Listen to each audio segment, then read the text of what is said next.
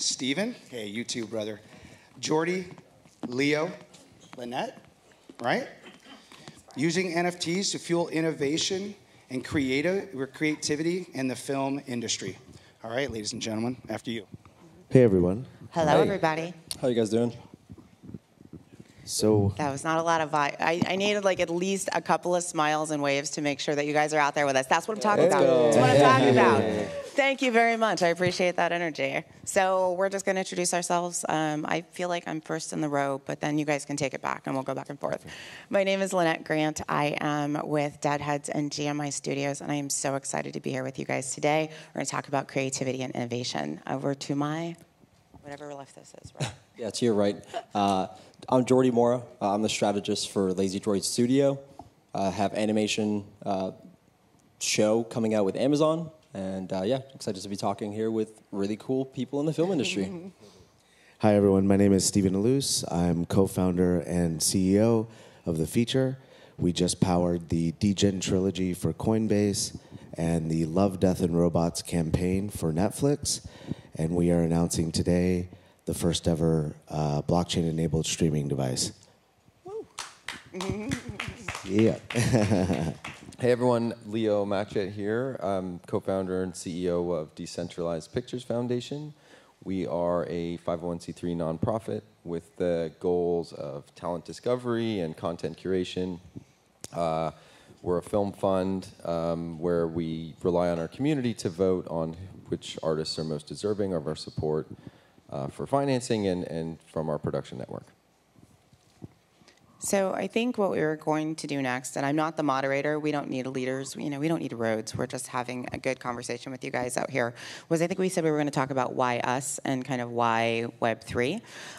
So I figured I'll go ahead and kind of start with that. So strangely enough, I am not full-time in Web3 yet. I have a Web2 job, 40 hours a week, and everything that we've been able to accomplish for me has been on nights and weekends. I'm a Navy wife, so disabled spouse who's a veteran and served our country. And for me, why Web3? It gives us an opportunity to do more.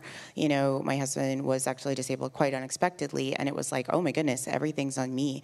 And building wealth and having opportunity in a space where you're not always seen, that comes along once in a lifetime. And so when NFTs were coming out and there was an opportunity where, Deadheads in particular was like, hey, is there anybody in the community that can help us? And I was like, hey, I've got boring superpowers. Can I use them for good? And they've just opened up their arms, and I've been able to do so much with this. Now I'm in, producing in the show and doing a lot of other really great things. And so Web3 for me means that we don't have to make the same mistakes we made in Web2. We don't have to be like, oh, let's bring diversity in. Let's start with freaking diversity. We're here. We're doing amazing things. And so for me, it's just really giving an opportunity and creating access where it has never been before. And I'm really excited that we can create the future without the mistakes that we've had in the past.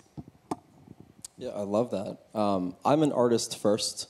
I got in this space because I'm a photographer and a cinematographer, and that's how I entered, and it's been exciting ever since. I think there's a lot to go, and I'm a part of the group of people that has really fostered the foundation of what we're kind of building and hoping to grow into. So I'm just looking forward to the future. I mean, this is exciting. I feel like it's the internet all over again in a brand new way. So that's why I'm here, and that's why I'm building. I love that. One of the questions I always say is, what would you be doing if Web3 didn't exist? And I think that's a good way to kind of just clean the slate and be like, okay, well, I would still be making movies, or I'd still be doing video games or things like that. I come from 20 plus years of entertainment experience. My first job was with Stan Lee, building webisodic animated content. And then I moved on to creating synthetic humans at The Matrix, on The Matrix 2 and 3, and then The Polar Express, where we did performance capture technology.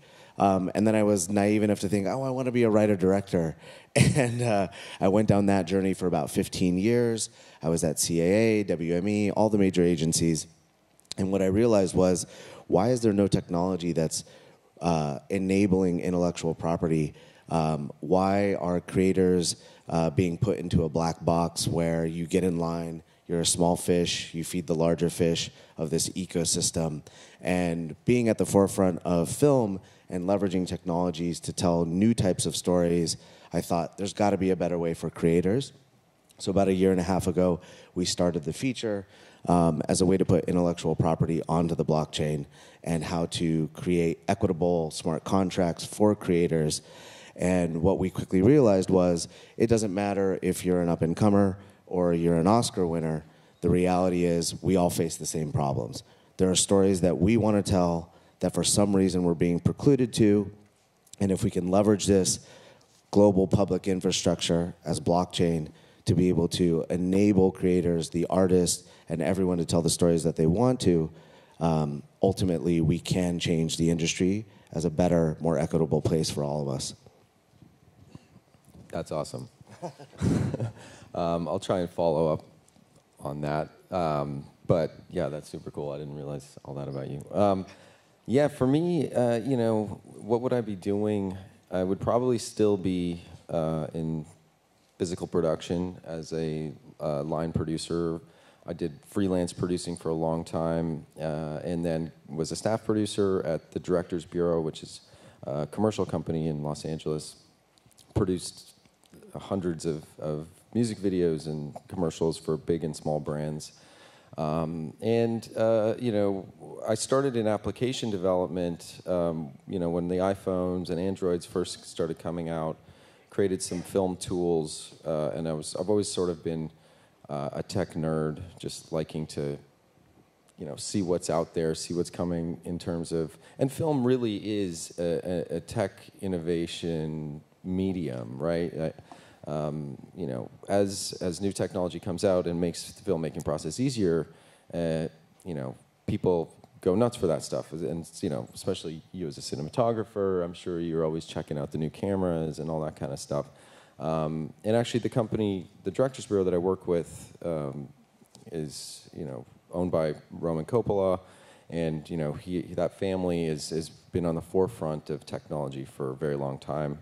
Actually, Roman's great-grandfather invented the Vitaphone, which was the first instrument to record and sync sound with filmmaking.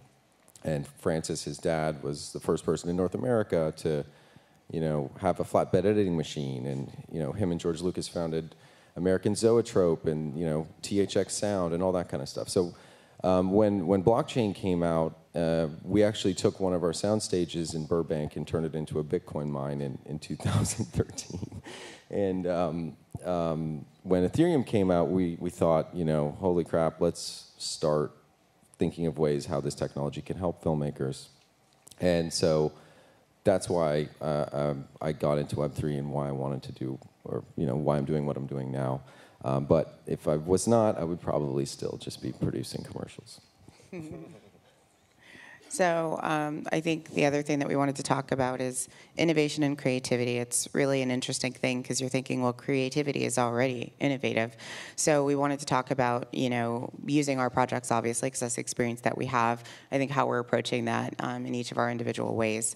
So I mentioned I'm head of operations for GMI Studios and for Deadheads.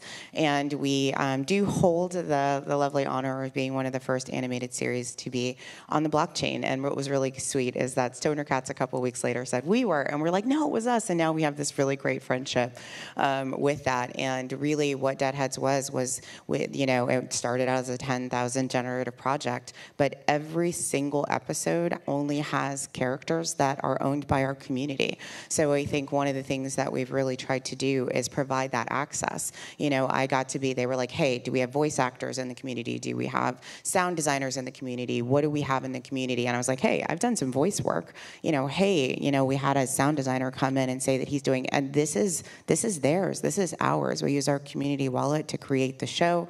The show then improves their IP, and people who live in Australia who are on a farm, they're like, you used my Deadhead, and now I can put it on, something, and people have seen it and they can recognize it. So I think what we're really thinking about from our project in particular is just access to I don't live in Hollywood. I don't live in Atlanta. I don't live in one of the film places. I'm not an actor. I don't have a face for TV, but here I am in the industry, and I did that because I got a PFP, quote unquote. So I think one of the things that's really innovative in this space is using this to give opportunities to people where they wouldn't ordinarily have it because they're not geographically or connected in the industry to be able to get those opportunities?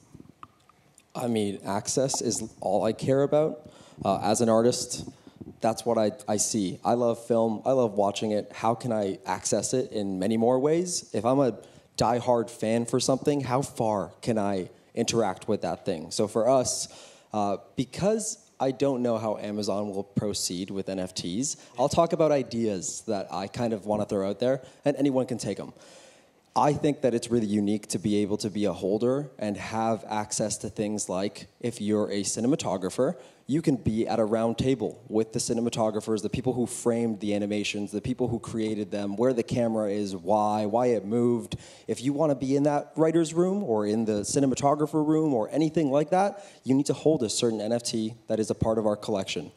I think that's pretty cool. There's lots of little things like that, like having a metaverse world where you walk in and the studio is right there. There's merch, you can buy it IRL and you can buy it in the metaverse. Be interacting in a space that feels like you're in the world of the show or movie or whatever you watch, to like level 3 instead of level 1, which is just being a fan and then maybe having a group of friends and you watch together.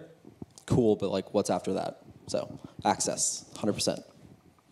I think these are all great. I think each project finds a layer of authenticity in how they want to offer something new, hopefully inherently and tied to the narrative or the overall objective of the project.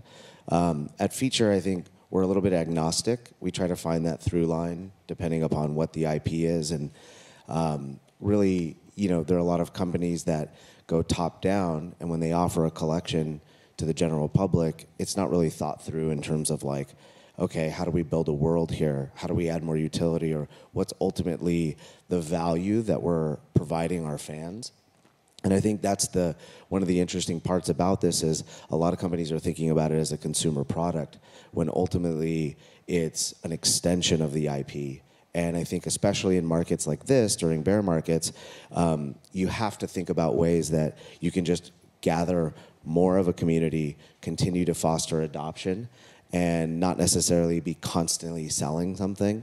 And for me, my main focus right now is how do we complete the ecosystem with distribution? That's the main part here, is that we have a lot of creation, but where do you put that? And so with Feature, we've created this streaming device that allows you to build your own DApp, connect any sort of wallet to it, and really build, in emerging economies even, your own marketplace and your own experience that you can control and you can capture all that revenue. So each IP has their own novelty, I would say, but inherently it's about what utility or what value are you providing the holders, and also licensing opportunities as well, because if you are decentralizing that IP and giving them those rights, you should also be creating the tools and utilities for them to leverage it as well. So that's our focus at this point. That's super cool. Are you white labeling that? Yeah. We should chat. That's awesome. For us at Decentralized Pictures, we're really trying to give access to people that don't necessarily have proximity, connections, monetary backing to Hollywood, but truly can prove that they are deserving, qualified, creative people.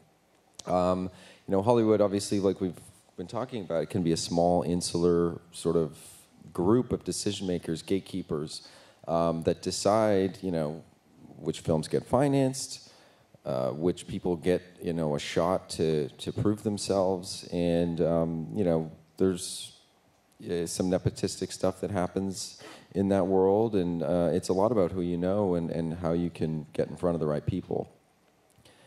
Most shops in town don't take unsolicited material, so even if you do have an amazing script or project, you can't get it in front of them.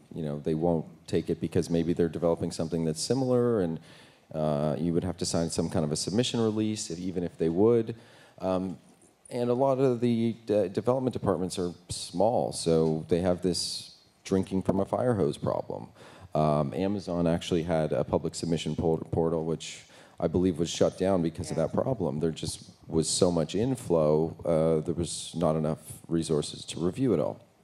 So what we're doing to try and solve that problem is outsourcing the review process to the world to give people access that can prove that the world agrees they are deserving of it. And how that works is, think of it like Kickstarter in reverse. Rather than putting your project on a platform and saying, hey, world, give me money, please, because this project is very important to me and it's important to you, so that's why you should give me money. You're paying to submit the project onto the platform, and you're actually asking the world, do you like this project or not? And here's a little bit of incentive money to tell me your opinion about it.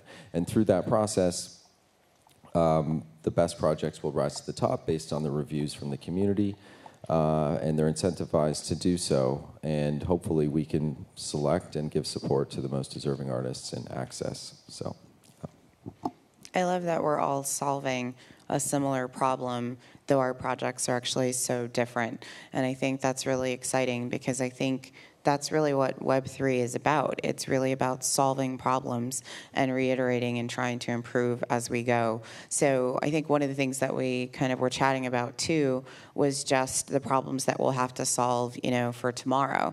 And I think one of the problems that we do see emerging is really engaging with people. So access is one thing, but now that you've got access to them and they're like, oh my goodness, I bought a deadhead, I want to be on the show. Like, what do I do? And then after a while, you get on Discord and you've got like crickets. And I think we've all got Discord burnout a little bit, and you're on Twitter like till you go to bed. So what are novel and unique ways that you can incentivize your community to want to be a part of it, but also do it organically? So one of the things that we just started randomly talking about, we realized we were all kind of doing something like that or had heard something of it, was so for our community holders, we basically were like, look, I mean, we can go out there, you know how you go, and it's marketing, win marketing. And we're like, hey, this is your project. This is your show. What do you want to see? What do you want to hear? So we said, hey, if you go out on Twitter and you talk about us in an organic way that isn't just spamming deadheads, what, it's like, look, I bought this one. What do you think about it? I'm going to, should I put it in a comic book? And if you engage in that, then we're going to put a leaderboard up there and show who our true evangelists are. If you get somebody who loves what they do, they're going to talk about it, and those are the real engagements you're going to have. So we basically created a program where we would actually have our community talk about us. We wanted to make sure that they were invested in who we are, because if they're not invested in us, then we ain't going anywhere. We can love what we do, but if nobody else cares about it, it doesn't matter. So I think that in order for us to move to the next space, we really have to find a way to find a balance where it's just not in a Discord grinding for whatever, or, hey, I want to get in the next giveaway. How do we get people to passionately care about our project? And I think we're all trying things, but I think really the problem we're going to have to solve for tomorrow is how can we organically engage people, get them to be invested in it, and help them move this beyond us. Because the NFT people, we're here, but we need the people who aren't NFT people to be here. And you're going to do it because your friend told you to do it, not because Lanett told you to do it on a stage. So I'll turn that over to you to talk about that. Yeah, I mean, I've never been social media. Like, I can't do it. I really can't. So Discord was extremely overwhelming, getting like 1 million notifications and seeing those little red bubbles that are ever so frustrating. So I just didn't. I think, honestly, the solution is mental health. I'm a Latin kid and got raised by believing there isn't mental health and it's not real. And now that it's becoming a lot more normal to just like think about yourself, put yourself first, take breaks, like that's what I think the key is just like take breaks. Don't be on there every day. Projects should maybe post once a week. That's like a big announcement. And then you just listen to that and you're like up to date as to what's going on. Cool. I'm going to take a break now. That's what I think the solution is. But it's just really hard to get a whole collective of people that are in this space that's so busy to do that all at once. So it's a slow, progressive burn, but I think that's the solution to a lot of the problems with burnout. Mental health, for sure. Crypto doesn't sleep, and nobody wants to spend 24/7 in Disneyland.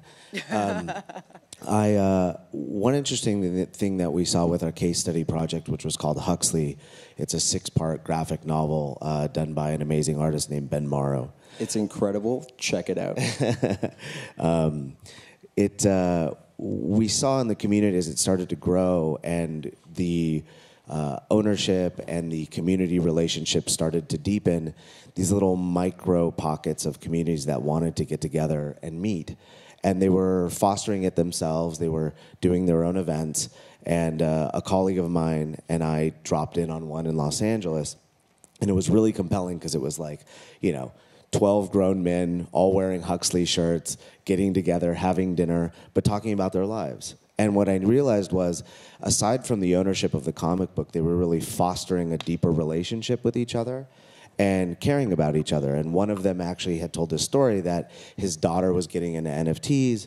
She minted one. He put it on the Discord to show everybody, hey, look what my daughter did. And then somebody commented, I own it. And then we realized, like, oh, they're actually supporting each other now, and they're buying, products from themselves. And so our whole objective now is, how do we foster that? How do we give, money to create events for them and independently do it themselves? How do we deepen that emotional connection? Because ultimately that does flow back into the community as a whole. And we think that IP, if you really look at it, it is, true IP that has those deep connections can create generational IP. And I think Disney's the best at doing that. Walt particularly, in terms of like, you can go to a physical location now. You have the emotional connection to it. You take your children there. And I think that's really important. So ultimately, in IP generation, you get to a certain point where you have to think about the long tail. So right now, there's a lot of projects that are like, oh, we're just doing a PFP project, but how do you foster that? How do you deepen the relationship there in an authentic way? And I think that's what ultimately starts to create these self-sustaining pockets or communities that will breed the longevity of an IP through bear markets, through all markets, and that's what we hope to continue to foster through technology as well.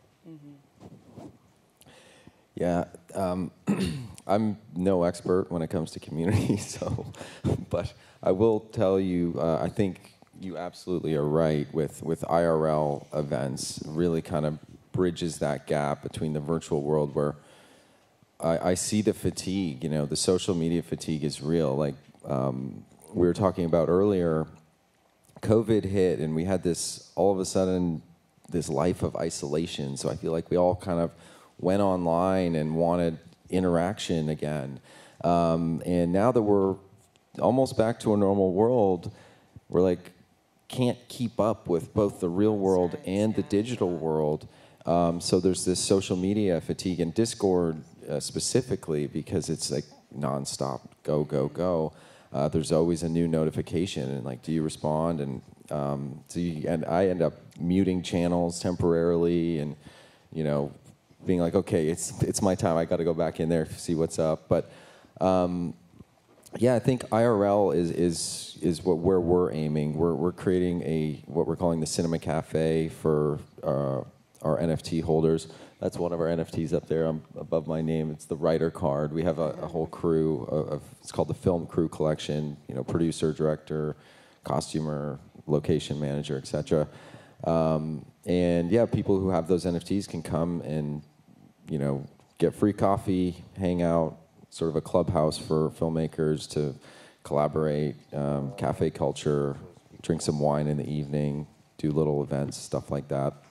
And also one thing we've been talking about in the community is ambassadors for different regions to help organically grow in specific places where we see these pockets of sort of emerging, and we want to let those smaller subsets of our community know that we care and are down. So like, let's pay for them to have a pizza party and talk about film. So yeah, anyway, I've been monologuing. I want to go on what you just said. I mean, you're all here. You're like at an IRL event, and I've heard people on the streets talk about how, oh, I thought NFT.NYC was going to be kind of dead because like we're in a bear market, but it's exciting. It's like, yeah, it's exciting. Being around people who are in this space that are super excited about what you're doing, it's really exciting. So do IRL. It's cool to see a human after you've heard them for so long, or like you see them on Twitter Spaces. But yeah.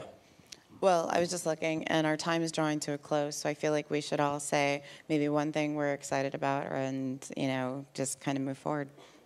So thank you guys so much for hanging out with us today. I am really, really excited about the next project that GMI Studios is going to do. I'm not going to pitch it from that perspective, but basically, Saint Robotica is about AI. So I want you guys to interact and do really cool things with robots. Everything. The space is cool. Yeah. This is great. Thank you, Okay, everyone. guys. Thank you, guys. Thank you so Thank you much. guys. Hope you enjoyed it. Fantastic. Great panel. Steve, does everybody know about that set-top box? Are they taking orders They now? will. They will. I went in line. First in line. You did great. Fantastic.